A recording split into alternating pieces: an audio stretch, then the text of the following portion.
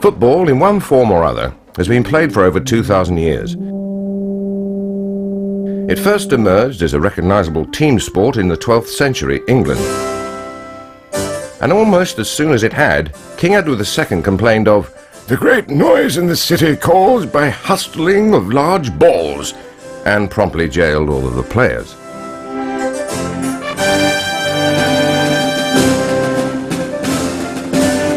Two centuries later, in Renaissance Italy, another version with 22 stylishly dressed players on either side entertained the crowds in Florence.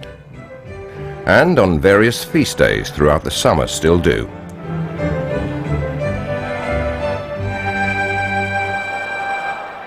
In England, by 1850, a village football match literally meant that the whole village would turn out and compete with its neighbours. It was often a little difficult to keep track of the ball.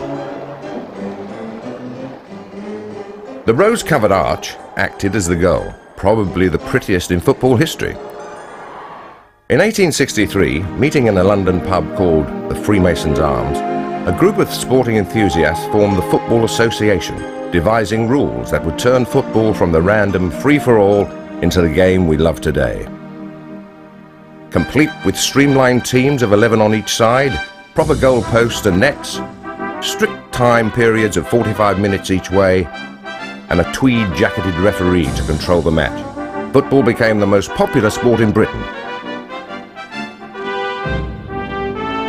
The ladies also found it entertaining. The French were the first to see the potential of football as a world sport, although the British started a football association in 1863. In 1904, FIFA, or the International Federation of Football Associations, was formed and the foundations of the World Cup were laid. The outbreak of the First World War laid to rest FIFA's ambitious plans, and they had to be shelved indefinitely. When the war ended, it took FIFA 15 years to regain many of its former members. Much of the credit is due to a 48-year-old French publisher, Jules Rimet, who became president of FIFA in 1921. He retired from the job 33 years later, aged 81.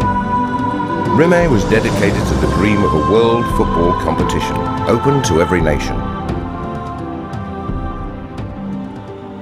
It was at the football finals at the 1924 Olympic Games in Paris that Rimet was given the opportunity of realizing that dream. The president of the South American Republic of Uruguay had come to Paris to see his country beat Switzerland 3-0 to become Olympic champions. Rimet lost no time suggesting to the president that Uruguay would be the perfect choice to host the first FIFA World Cup. The president agreed.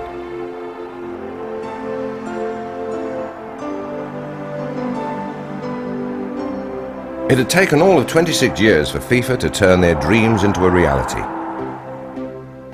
4 European nations decided to enter the first World Cup. The journey to Uruguay took a mammoth 14 days. On the 18th July 1930, at the unfinished Centenary Stadium of Montevideo, the first World Cup got underway.